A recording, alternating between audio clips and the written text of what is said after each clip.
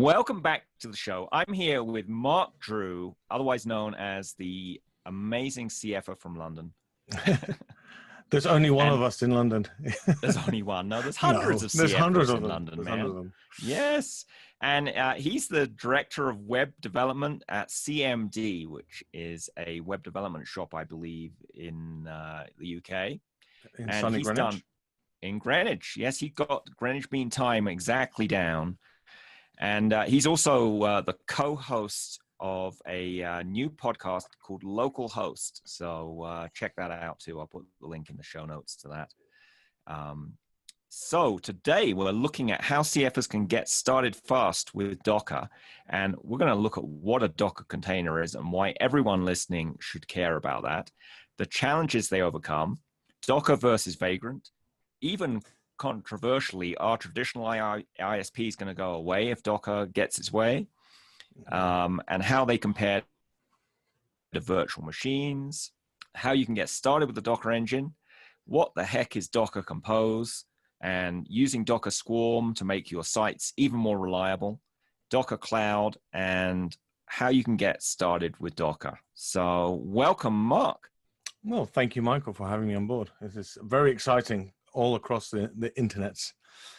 Yes, I am extremely excited, and in particular because you're going to be speaking on this very topic at CF Objective in just a few days' time. 2 days' time from today. So if you're if you haven't bought your ticket to it yet, you probably better get your shoes on and get out there and buy it. You know, They'll be selling them at the door. I'm pretty sure. Like, if honestly, you have to come and see it. So, it's going to be a great conference. It's used to run some little events down in DC as well, didn't you? A few years back, yeah, just a small thing. CF United, yes. Yeah, there was like hundreds of people there. So it was a small event. Is really an understatement. It was a massive event, and I'm kind of really looking forward to going back to DC because the last time I went there was for your event. Oh, well, yes, I'm sure it has changed slightly. I understand there's been a few people moving in and out of the city. Right. I don't think I even went there when Obama was in there. I don't know. You missed Obama? Right. Because I'm sure he was at the CF United show somewhere. Yeah, I missed him. He was running around. We were busy. You know, things happen. Yes. There you go. Yeah, these conferences can get very busy between all the talks and the hallway track and the bars and. Right. Yes. But it's going to be very exciting. So I guess we should dive right in. Shall we dive in? So, some people listening may not know what a Docker container is and why all ColdFusion developers should care what it is. Right. So what the heck is one? Well, before I say what is one, I want to talk about life before the 1960s. I know that's a bit of a deviation, but bear with me for a second because it's a good analogy and it's going to get us in place of what we're talking about, right? So before the 1960s, if you wanted to get some coffee beans from Peru all the way to DC, what did you do? You went and got these sacks of coffee beans and you got some strong guys and you drag them onto a ship and you put them in the corner of the hold. Then someone said, hey, I want to actually have this crate. And they moved the crate. They tried to wedge it in. And then someone said, I have this grand piano I am sending to Washington, D.C. And they kind of like manhandled that onto the ship. It swings about, has a few dents on the side, but, we'll polish that up later. And that's how stuff was moved around the world. So you had like bananas next to coffee, next to grand pianos, all in a cargo ship. What could go wrong? What could possibly go wrong? And this has been happening for years. And of course, this is no way to be doing international trade and cargo, right? And of course, the bananas would have to go there like kind of slightly green, and then they'll be right next to the coffee. And of course, they'll smell a little bit coffee banana. Sounds tasty. But if you had two things that didn't actually go well with each other, it doesn't taste nice. Now, of course, when it got to DC, you had to very gently move this stuff out and then balance it on a truck or a train or whatever and move it across country, right? So, and it was all individual, different types of goods using different types of transport. So we still do this today. And then some bright spark came up with this idea of a standard size container. right? So you could fill in all your coffee, you could fill in all your, bananas or whatever at a certain temperature. And a little bit later, they also invented these things called reefers, which were containers that are actually thermally controlled. I So you thought could reefer actually, was something else. yeah, well, no, it's actually a container that is a thermally controlled, refrigerated container, in fact. If someone's told you something different, they're wrong. So they invented these things that you could have like cool temperature, so you can put your mangoes in there or your more delicate things, or you could put them at an exact temperature. So if you wanted to have the avocados arrive in DC just ripe, you could actually put them there and set them at a temperature, but also carry it in the same format. So this was the idea. You could put coffee next to bananas, next to everything else in the same size containers, and just chuck them onto a ship, right? Yep. Why am I talking about this nonsense? Well, because this is exactly how we've been doing web development and deployments, right? So we have this, we install CF, we install IIS, we install this, and it's all this delicate balance of these fragile machines. Then you go onto another machine and you don't have no idea what's on it, because it might have MySQL on it, it might have PHP as well as ASP, and you mix all these different layers. And I mean, recently I've been encountering this. You go into a machine, you have no idea what's on it. And if I want to build a new one, that's an issue, right? It's a non-trivial issue that you have to build a new machine. So you have different technologies, different hardwares, different topologies. So you have like your servers and stuff like that. So changing all of these variables becomes a non-trivial issue. So Docker is what, coming in from that side, is this idea of containers that have your stuff inside it. In other words, you know how to configure your bits inside that, but an admin has to just treat it like any other box. Doesn't really have to care much about how it restarts, how it deploys. If I needed to put 100 instances of Lucy, for example, running at the same time, as a developer, I can do it on my local machine, or as a DevOps guy, I can just go and do it. And well, I have hundreds of machines, and it'll just sort itself out. Now I can now have 100, instances of Lucy running my web application the way I've configured it, in the same way. And that's the analogy of containers, right? So what's inside the box is my problem as a developer. What's outside the box is, or how the boxes that get delivered or run and instantiated, that's a standard way that he doesn't care if it's got Ruby in it or PHP in it. You tell him I need 20 of them, right? And he knows how to load balance it, because the load balancing is the same thing across all these machines. So whether you have bananas or coffee or Grand Pinanos, that your DevOps guy doesn't care, and they can't contaminate each other. And just suppose the bananas went off and the container's dead in the water, you can reinstantiate another copy of that ColdFusion instance.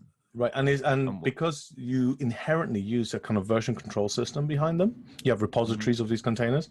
You can go replace the last week's bananas with this week's bananas. Bad analogy, but you can because this week's bananas have bugs in them, Right, we need to go back to last week's that were bug free. Exactly. If you could do that, so much money saved in the world.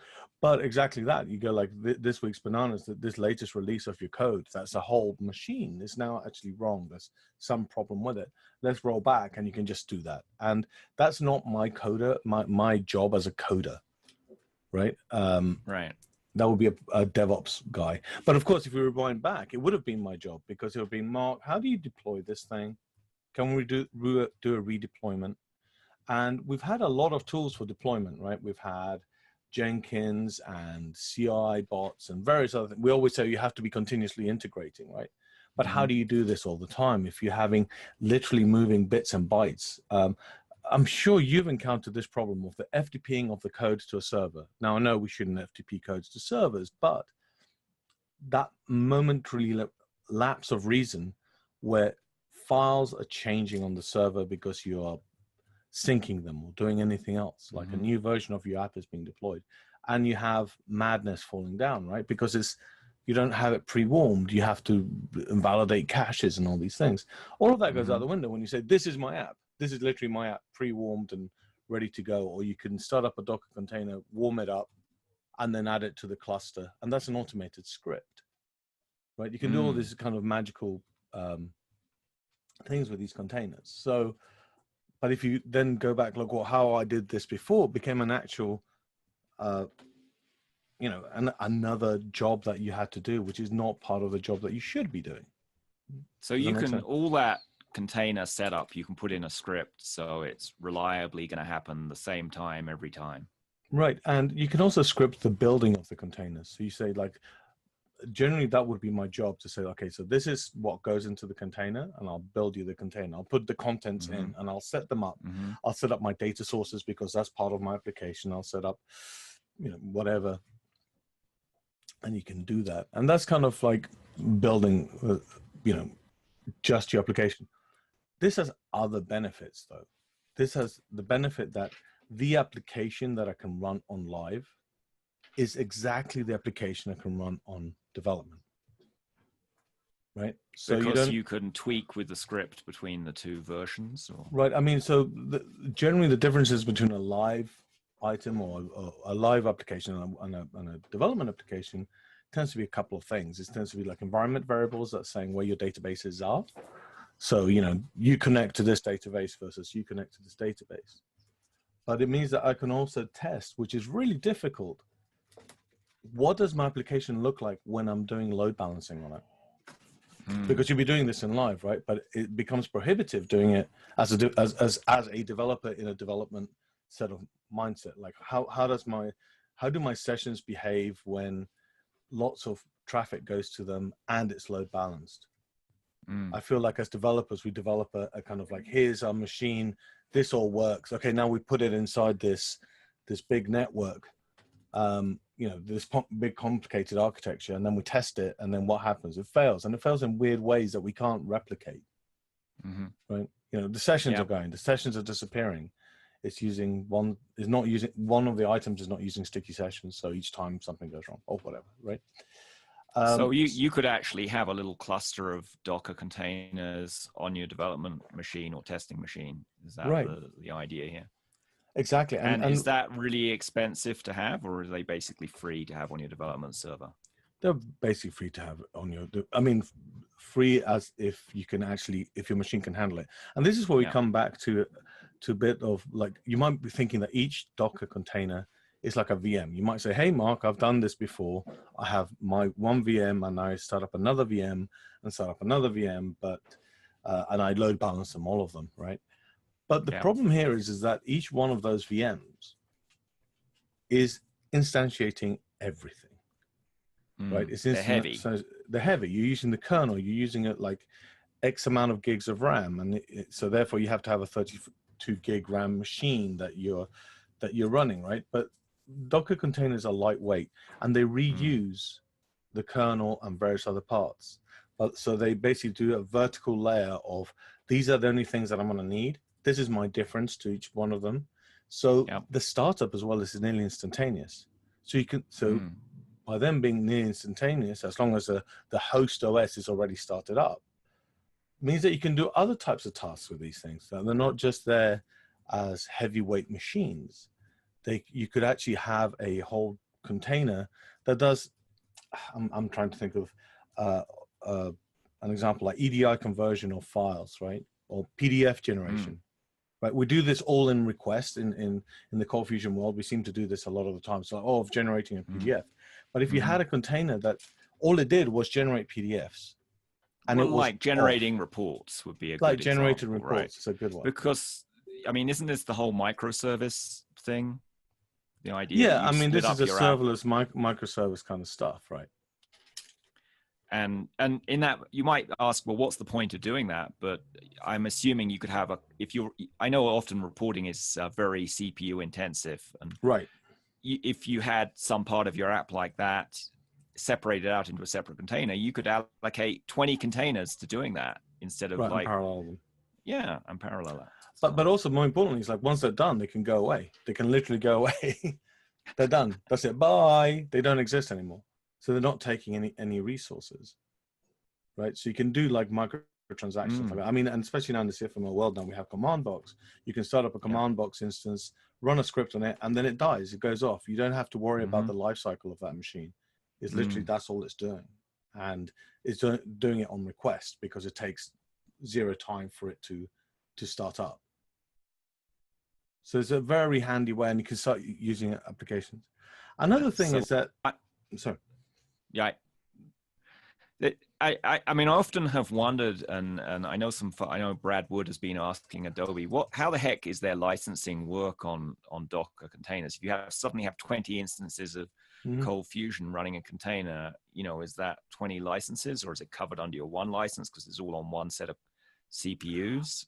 I am not a lawyer, and I don't tend to use a lot of Adobe's ColdFusion instances, so I don't know the licensing. But as far as I understand, it's going to be CPU bound. So you're on that server. Now, if you start getting many more servers, you can license it across 2 services. But it's not per instance; it's per CPU, if I recall right. So that's an advantage of using Lucy CFML open source, because then there's no licensing concern. No matter, you could have hundreds of containers. Right. I mean, that's with nearly every other kind of open source or free stuff. But this also brings, it's not just an Adobe CF and a Lucy thing. It's like environments are usually much more complex. I mean, I've worked on ones that might have a database, might have MongoDB there as well. And MongoDB, just picking an example at random, you need 3 instances of MongoDB to make a real server. Right? Because they need to delegate. You have to have a configuration that they delegate amongst each other. So you can't ever start it up just like one instance. That's not the proper way of doing it. So as a developer, now you get into this complicated thing of going like, well, I'm maintaining 3 servers as my machine run it. When you're not trying to have the same performance characteristics as a whole bunch of hardware, but you're still trying to have the same characteristics as your environment is, right? And environments can get complex very quickly over time. There's some environments that we're working with that have like 20 or 30 boxes that do different things, right? And they're all tied up, and they'll talk to each other doing various different things. So it gets quite complex. Now, Docker solves a lot of that because you can, well, for one, define each machine specifically. So each machine can have its own life cycle and its own versioning, and you can tag them at certain points saying this is this at this point. But also using Docker Compose, you can compose, excuse the pun, a whole environment. You can actually write it out saying, this machine, my environment has got a web front end, and it's got an app, it's got a database. The web depends on the database. The front end depends on the app, because otherwise the front end is not doing anything. You know, my web app, my actual application depends on the database because it needs to start up the database before it starts up. You might have like a sidecar container. That means that when it starts up, it goes and populates your database with demo data and then disappears, right? But you know, your application depends on that having been loaded. And then you might even create virtual networks within that, saying, you know, I've got one network which is between the web and the application that's meant to have SSL behind it. But between the app and the database, it doesn't need SSL because that slows it down, and it's meant to be one network. Now, all those things usually were the problem of somebody else. Well, I say that, but they usually end up being our problem, right? Yeah. Especially when it goes wrong. But if you're able to like define this whole environment and say, this is a whole environment, I can run it on my machine with one web app. But on live, we have 40 web apps. The only difference is the configuration that the network administrator or your deployment administrator, or even at the end of the day yourself, have done to say, okay, on live, this is the environment, deploy it. So it's much easier. And that's where you'd say how many containers you want for each microservice you have in your application. Right. So for example, I mean, I think everyone's had to do something like this, which is to either your app, there's like, let's say 4 instances of your app, right? And then on the back end, you've got like, let's say 2 databases, maybe one that you're using just as a slave, for example, right? Now setting all of that up in real terms tends to be like a couple of days, right? And I'm not saying that, I'm sure there's someone shouting at me going, takes me half an hour, mate, but that's if you know the environment. But if you go into a new environment and you're trying to set it up, and then the amount of time that it takes up to set up each developer to be used to that's the environment, right? And then I come to you and say, like, Michael, can you come and help work with me on this thing? Then it's a whole week of us going, right, so here's my diagram. At the top, we've got our load balancers. Then we've got our webs. Then we've got our firewalls. Then we have this. And after that week that you now know the environment, you can actually possibly maybe start working. Or I can say, here you go, Michael, here's a Docker compose file. Have a read. It's not particularly difficult. It's a YAML format that says, like, here's the web, here's the thing, here's the thing, here's the thing. And you go, all right, this is the environment. I'll get coding now, shall I? And you can run it and see if there's any differences. Which at the moment we have something like that, I guess, with Vagrant, right? With Vagrant, starts up a machine, and then it starts orchestrating the installation of everything using Puppet or using Chef. And then it actually starts, you might be able to put your stuff in there, and it shares a folder for development. But then once you've got that stuff working really sweet, but that's just a development environment. That's not something for live. So now you have a difference between live and your development environment, which is, which, as far as I'm told, and people beat me around the head, is like not a good thing, brackets TM, right? Yeah. You're meant to have similar environments. And if your only difference is literally the hardware that it's running on, you can narrow down issues, right? Right. You don't get weird issues in live. You just can't reproduce in development.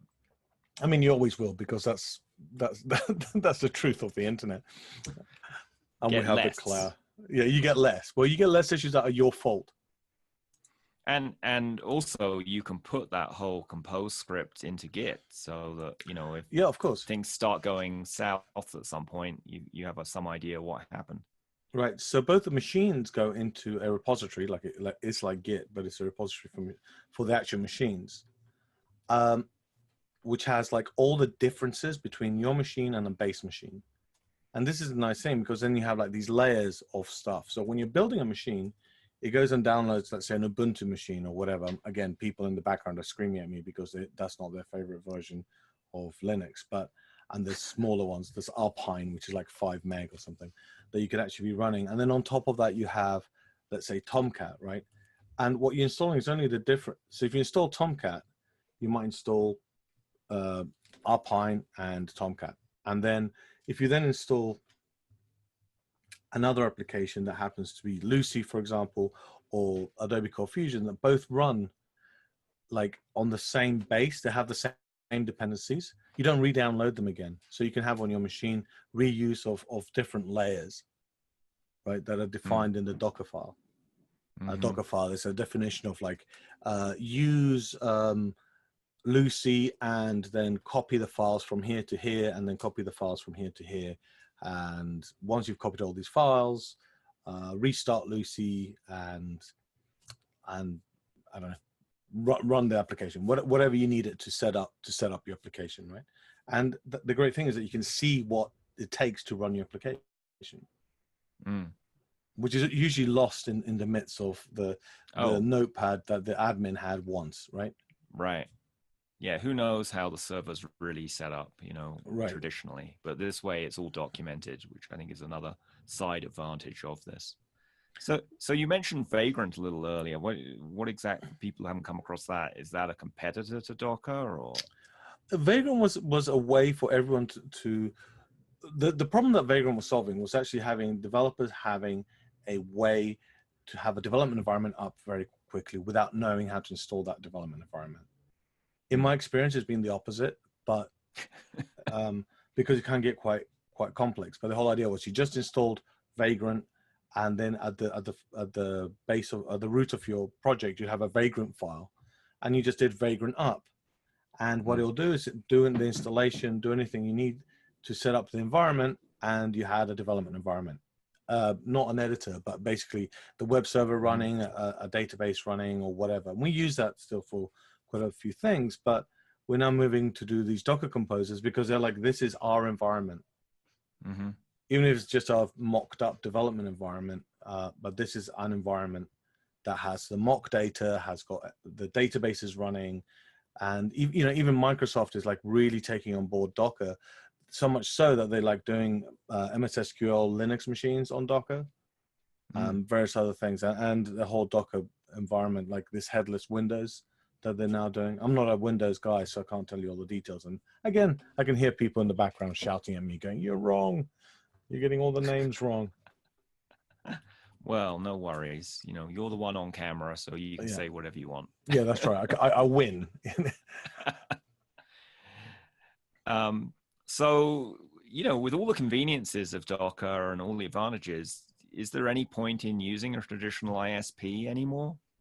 I think so, but I think they really need to change. Because I know we say this whole thing about like cloud, and they are changing. I mean, it's actually even better for them. Because as traditional ISPs, you have like these whole VMs. It's like, here you go, here's your Windows VM. Go and do whatever you want from it. And I bet you they get, I get enough phone calls. I wonder how many phone calls they're getting with people going, oh, well, it doesn't work on Wednesdays, or whatever the reason. There's no RAM, there's no this, there's no that, right? And they can go in and they log into the machine. And that's a slow thing. That's like, if I was running a business, I don't want people logging into other people's machines. There's privacy concerns there. I know all the people that work with me are trustable, but you see what I mean? If you're doing like HIPAA requirements, you can't have just random people logging into your machine. No. So they have to change a little bit in the sense of being able to, let me rewind. It's better for them to change, because now that what they're going to do is get these scripts saying, this is the machine that I need to run, and go, yeah, whatever. We know how to run it. If we go back to the beginning of saying, it's like, we know how to start it, restart it. Hey, is there a problem in the machine? There you go, restart. Is it gone? Yeah, probably. You can probably do it from an own network. So now they handle the gear and the networking and that side of thing, which is, I'm pretty sure that's why a lot of them got into it. But I'm not going to speak for all ISPs, but there is a big space for ISPs. They're the hardware of the internet. And, I know we have this whole idea that Amazon and Google are the ones that are going to completely take over. They're just doing it by scale and economy, that they can lose a several million on data centers because they take over the world. But I think ISPs, if they just move this way, would be very friendly about that kind of thing. And just say, instead of just saying like, oh, we give you a Lucy box or we'll give you a ColdFusion box, is being able to say like, hey, you just deploy your thing, and the interface that we give you, there's some great software that maybe we'll talk about a bit later, like for example called Rancher, which you can define your services and say to deploy them, and they'll scale and they'll become as big as you like, and go across environments, in other words, across servers. So you can have a whole number of physical servers or virtual servers, I beg your pardon, just a machine running these Rancher agents that you just manage from one place. So you just squirt in your environment, and you define where stuff gets loaded and instantiated and how many of them, usual kind of stuff. I think there's other ones now which are not Docker specific, like Kubernetes, which is I think it's Google. I think it's an open source project which is to do that, but it's running containers, and they call them something else because everyone's coming up with their own little way of defining this idea, which allows you to run and scale and do the green blue deployment idea of being able to have like, okay, so I've got a new version of my software and I'm going to start rolling out a few servers. So like say 10% of my requests now go to this new version of my software. And if we're not getting any errors, because we're obviously logging errors, right?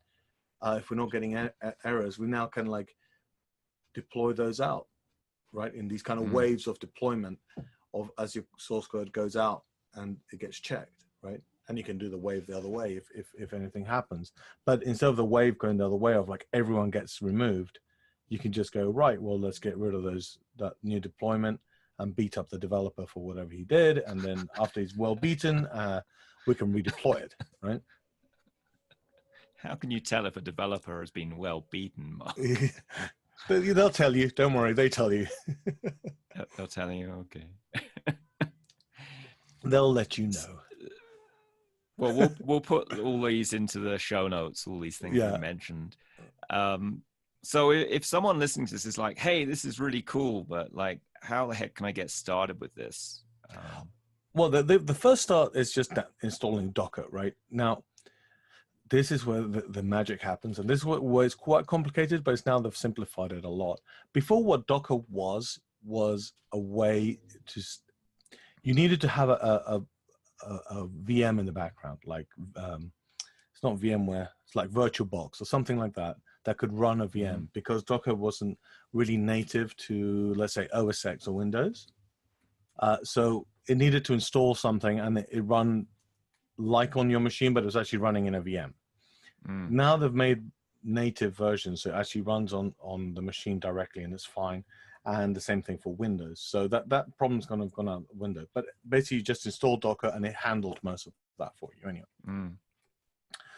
The next part is, if you wanted to like get started, go to Lucy's. I don't know.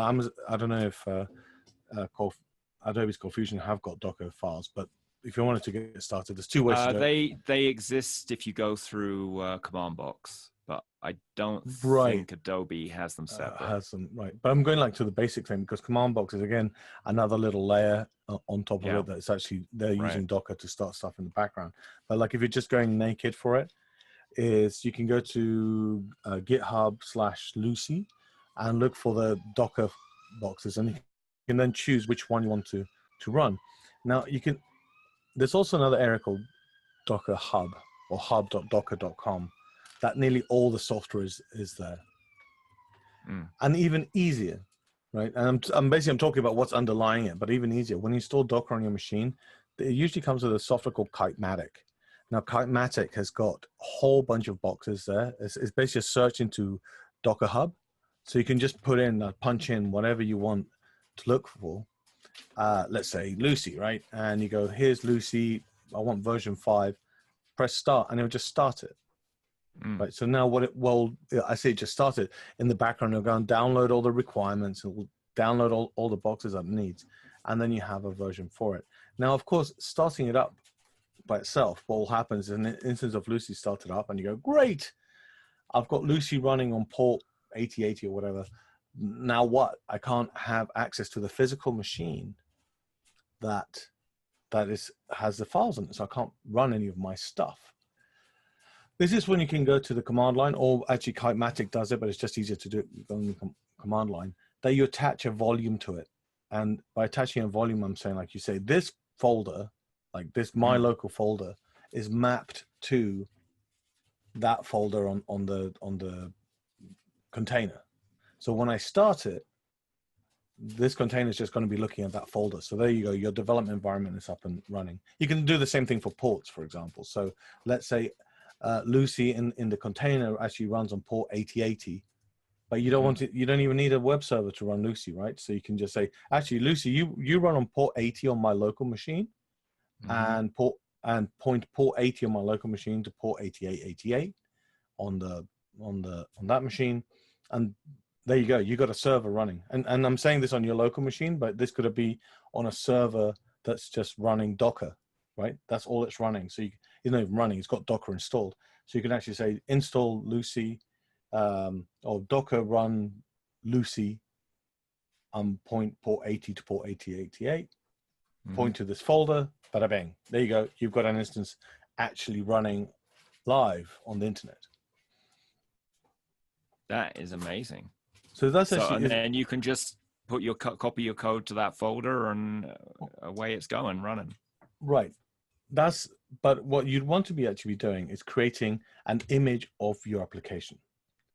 And that's where a Docker file comes in. So at the top of the Docker file, you say, and Docker file is literally a file called Docker file. And you have that in the root of your application, for example. And you actually have a whole bunch of commands, and they're very, very simple commands. One is like from, is in usually the first one. And you can then say Lucy/Lucy 5. I don't know what the proper name for the machine is, but that's the machine name in Docker Hub. So you say, start from here. Then you probably want to copy all your source code into the machine, right? So you do copy from my local folder to the internal folder of the Vagrant machine. and whatever else you need to do, right? That's generally it. And then you do Docker build. And what it'll do is it'll create an image of your layer that's specific to you. Then like version control, you can actually commit that and then you can push it to a repository, like Docker Hub, for example. But that's an open repository. But once you connect to Docker Hub and I think pay them some shekels, you can now have an account, which means that you can have private repositories, right? So once you have a private repository, it means that you can have your machines there, or you can run your own repository. There's software to do that. Or AWS, for example, Amazon's cloud hosting, they have repositories for Docker containers. So you can push it whichever way you want to do it, right? So part of the CI circle of life that you have is that you have now pushed your code out. You've got your instance of your machine, and then some other machine somewhere else is going to go, hey, there's a new machine. Let me go and deploy this to the cluster. But that's where the magic happens, right? But you could have Jenkins somewhere going, let me just check this repository if there's anything else, anything new happening. And the moment there is, you just pull a new one out. But the Docker file is where you define your application and you just do a Docker build, and there you go. That's your application. You can just run it, and if there's been no changes, it will just run it from your local cache of containers or images, I should say. Now, if you want to have a bunch of containers, is that where Docker Swarm comes in for controlling that, or? Right, Docker Swarm is what Docker Swarm essentially allows you to do is run containers across machines. So this is similar to I mentioned it earlier and I've forgotten. I'll have a look at the notes. I forgot the name. Vagrant. Yeah, I've mentioned so many things, but you have. The show notes are quite extensive. Yeah. But what it allows you to do essentially is being able to say, right, so I'm running all these containers. I want 15 to go over here and 15 to go there, right? Okay. Or I have a Docker Compose file. This will go onto this server and this will go into that server. Is the ability to run them. I think they're changing the name of it. I need to catch up a little bit on what Docker Swarm's been doing recently. But there's also this idea of Docker Cloud, which allows you to just run the actual machine somewhere else. And this is what the real net benefit of Docker is, not just because of Docker Cloud, is that we now can have applications that run anywhere, right? The true run anywhere thing, because we take care of the internals. So you don't need to have ISPs that say, yes, we accept Lucy apps, or we only do ColdFusion 9 apps, or we can only do ColdFusion 11 apps, or whatever they've bought their massive license for.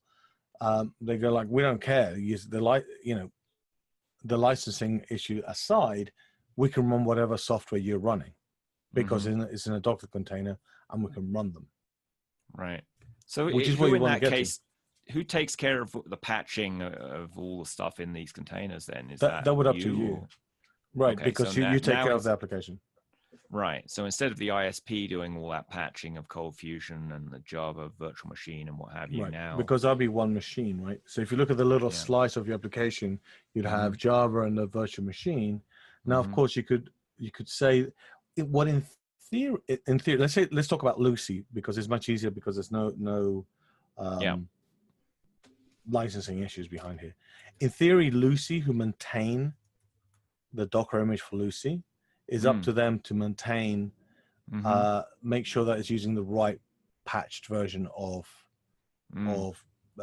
Tomcat, right? And it's Tomcat's job to say that they use the right patch version of JDK. Okay. Make sense? Yeah. Now you can. What's nice about it, even though we have these dependencies, is that if you wanted to, you can say, I have my own machine, my gold standard of a patch version of, I don't know, I'm saying Ubuntu again, but let's say Ubuntu with JDK and X Tomcat, right? And it's all patched. That's my gold standard. And on top of that, I run whatever, right? So you could build that machine by yourself using another Docker file. It's just easy to say, like, I'm going to use from Tomcat, or I'm going to use from. So when you're putting together your container, you can either say, get me the latest version of Lucy or Adobe CF or whatever, Right. and all the other stuff. And not care or, about the Apache or anything else. Not right. care about Tomcat and the JVM or anything like that. Yeah. Or you could, if you wanted to, if you you needed to test against specific versions, you could tell it, I want to test against this specific release version. Right. Because the other thing I've seen people use Docker for is they've got some code and people are running it against CF9 and 10 and 2016 and Lucy 4 and 5 and goodness knows what else. But instead of you having to have half a dozen different servers set up for this, you just spin up a new container. Right, exactly. And it can be pointing at the same code, right? So that they can all be running at the same time, just on different ports pointing at the same code. And more importantly, more amazingly, is that before you would have had to do a whole different part of port mapping and which you kind of still have to do, but they're all contained within themselves. Hey, the containers, right? But also, like, you could have, hey, so this is ColdFusion on Red Hat, right? And then you're saying, I'm also running. I'm using sporadic examples, right? But I'm using Lucy on Alpine, and I guess at some point we're going to say, and this is ColdFusion 2016 on headless. I don't know what's the server version of the headless server of Windows on Windows 2016, right?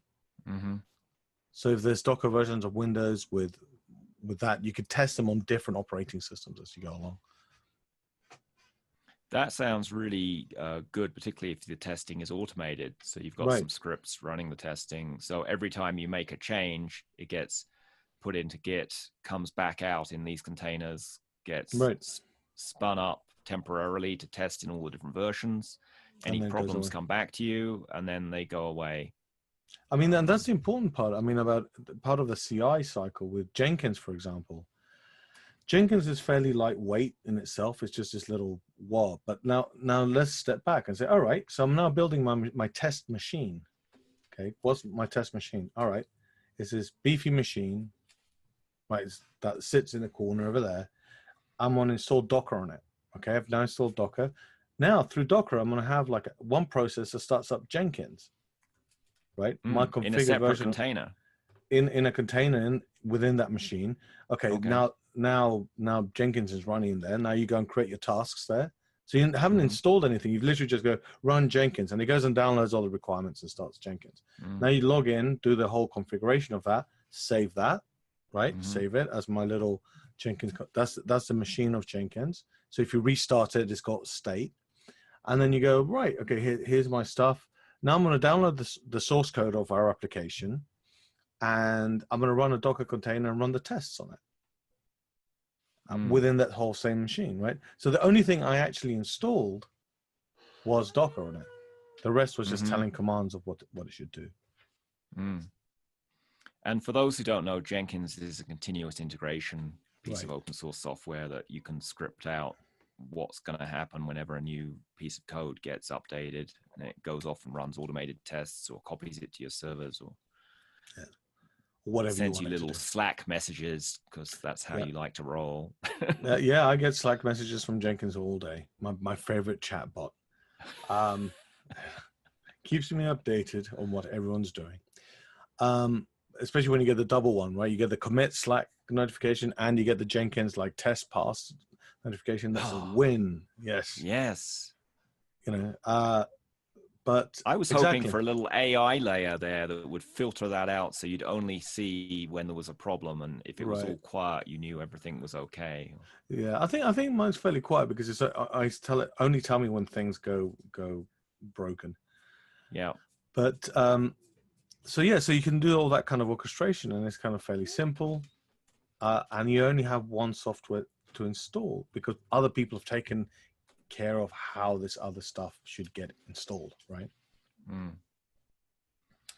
And anything else you want to tell us about Docker before we wrap this episode up? I think that's about it. I mean, go out, use it. The nice thing about it is that if you're interested, I mean, we're all super into CFML, and we've been using that as an example. But if you wanted to try out some Ruby, if you wanted to try out like some Node and just run little Node programs without installing Node on your machine, because you don't want to sully your machine with such kind of software, you can run a Docker container, test your little script, and get rid of it. I mean, I don't know about you, but I've tried loads of different technologies, and then like months later, I go, "What's this folder full of crap in it?" and it's like the installation of, I don't know, whatever it got installed there, right? Yeah. And whatever do it left in your registry as well. Exactly. What OS you happen to be running. Exactly. And you've now got this great doo-doo left on your machine for time immemorial. So you can think of Docker as a way to containerize your doo-doo. Exactly, containerize your doo-doo. And also, well, one of the nice things about it is that you can actually see which images you've downloaded. You just do like Docker like list images, and it'll give you like, this is all your doo-doo that you've had from before, so you can like wipe the doo-doo. I'm glad we've done a very mature conversation on this. Absolutely. From bananas to doo-doo. Yeah, in one podcast, you can't get that anywhere else. And can you run other software in Docker containers? I mean, could you basically run everything you have on your machine? I don't think so. I think that the things that it's only web apps, really. It's not so much web, it's headless apps, I would say more. Right, because I don't think it has a UI layer. Again, people on the other side screaming at me, going, "But you can!" But everything is web now, man. It's like there's nothing that you can't do without web technology. Well, that's an interesting thought, because like, you think of the problems you have on a traditional operating system where you install programs and they leave doo-doo behind and they don't get on with each other and what have you. Wouldn't it be great if you could just stick everything in a container, and whether it ran on your local piece of hardware or off running in the cloud, you didn't care? Right. I think there's an iPad, isn't it? Like that's how we're getting on. Yeah, iPad and whatever the Google version of iPad is. What do they call that? Anyway, some paddy Pixel phones, thing. Right? Yeah. Yeah. But it's much easier, especially if you can list them and you know that instead of using all of that.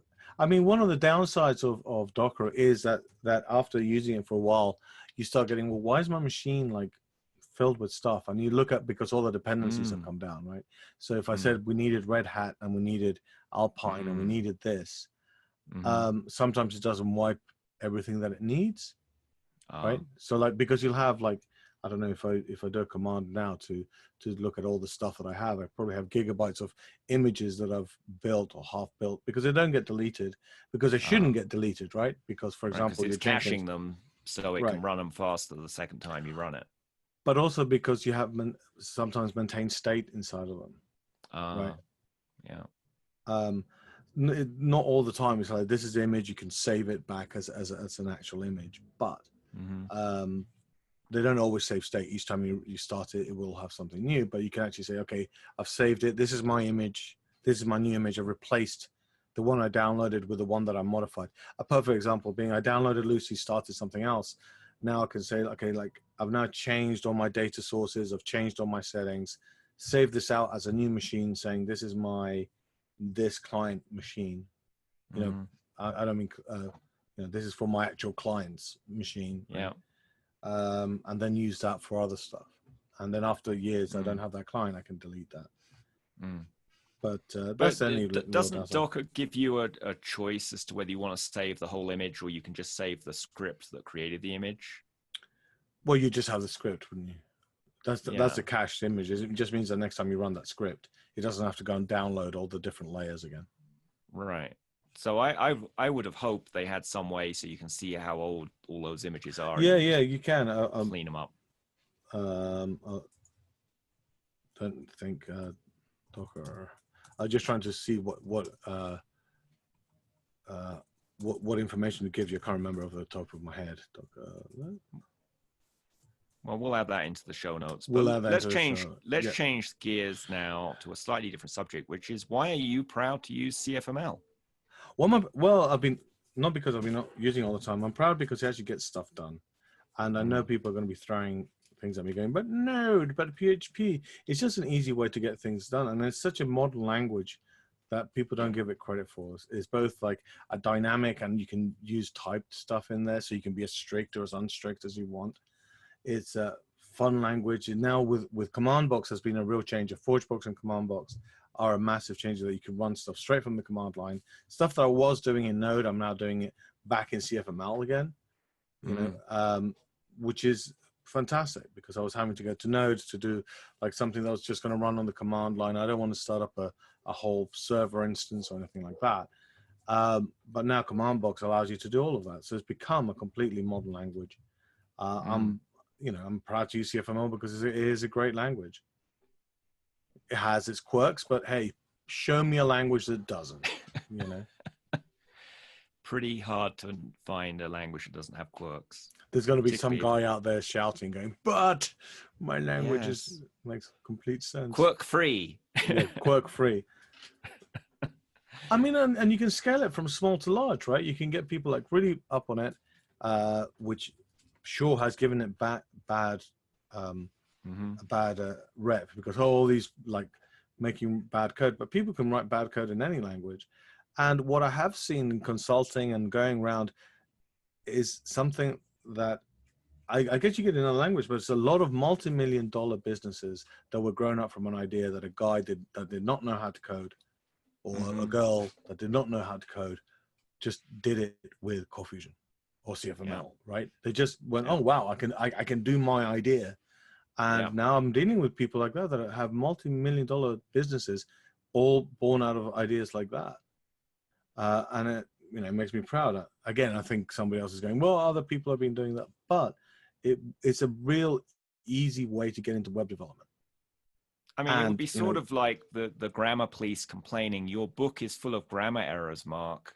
Yeah, your multi-million-dollar selling book, right? Because you started writing it using Word instead of, you should have used this other word processor instead. Right, and it's like the content that matters, right?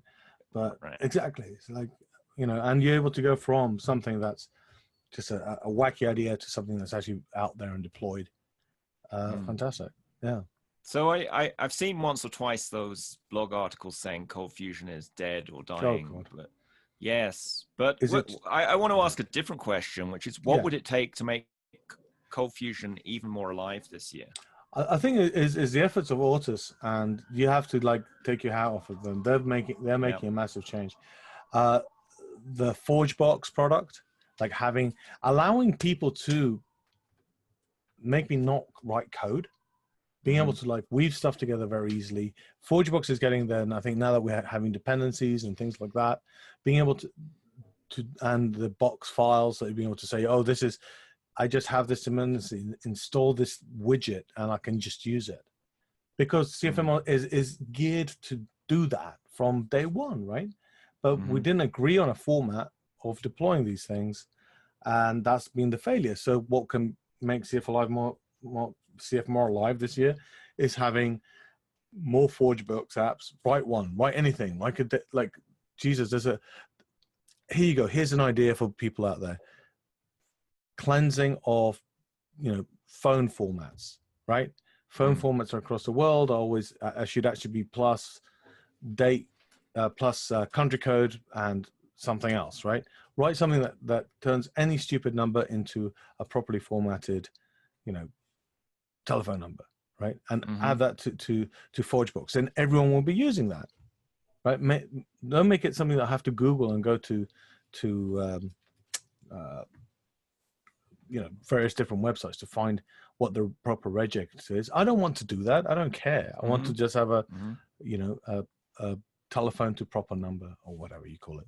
But that's just an idea. But there should be hundreds of these. There should be like your first choice of going like, how do I do this? It's just like I can install something, and that will speed up the amount of apps that are out there. Because and it's a way to share some cool stuff you've written. If you've got a little function or whatever. I mean, we had RearForge for a while for that. But the problem with RearForge, I had to go to RearForge, download, read the instructions on how to install this stuff. Yeah. Which is always a problem. ForgeBox is more plug and play. It's more like Docker, I say. That you just don't care what's inside, you just use it. Yeah. But I think the other benefit of people sharing some code is I know when I share code publicly, I make the code a darn sight better than if I just kept it private. Right. And because I was I was talking to the folks at Pixelate who make what is it, that Puffin? What's their software called? Preside CMS. Preside. Sorry, their little animal that represents them as a puffin. Yeah. But they said when they went from closed source to open source, and they kind of opened the kimono on their underwear. Suddenly, they decided they needed to wash their underwear. And, right. Make the code a lot better and of course, people can contribute to whatever code you put into ForgeBox. So, and this leads to the massive benefits of the open source world, right? They then have like stuff like contributor agreements, so you know what the licensing for stuff is, which sometimes you don't if you just chuck stuff that way. You got codes of conduct, which means that the internet becomes the professional internet or the semi-professional internet becomes a better place. The rest is unruly, but at least we can say like we're welcoming to everyone's opinions. Is there a code of conduct for CFers? Have I missed that?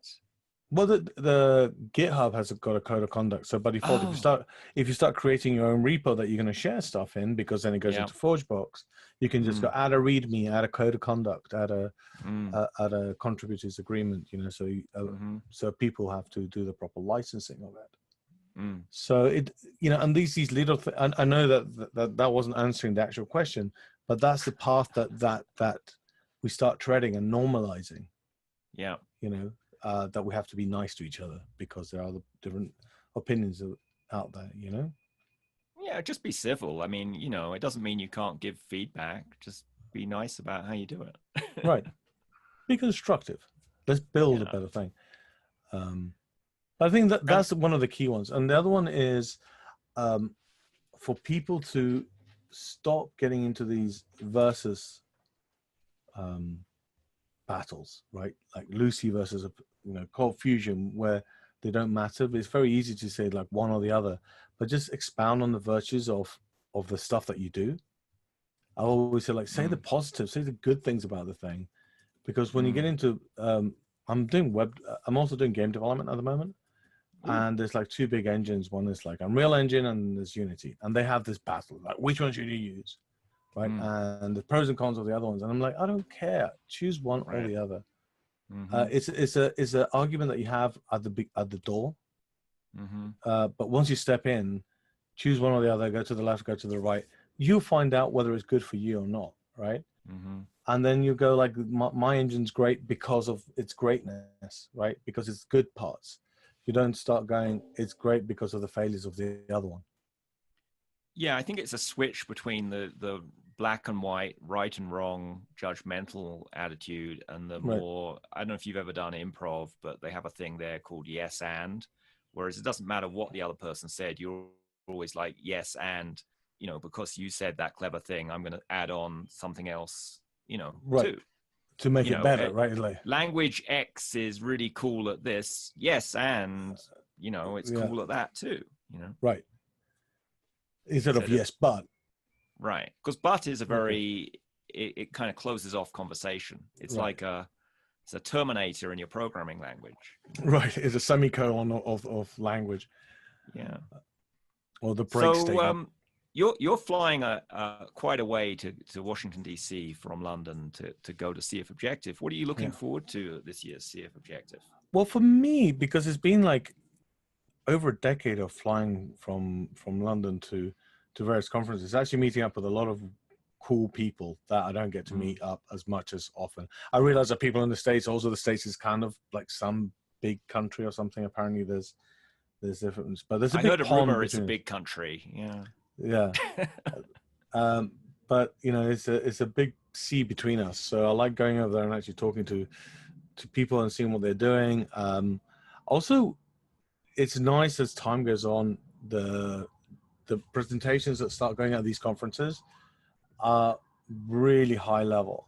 They've always been good and they're getting better, but it seems that we've, just because of the maturity of the language, you don't have all these like getting started on ColdFusion or it just seems to be like right there, like you feel like your brain's expanded by the time you leave, and is that feeling of energy and brain expansion that you feel like after the conference is over, that you come back and every person I've talked to comes back from a conference and they're like psyched, I want to try this, I want to do this, and hopefully you can keep that going to the next conference and keep that going.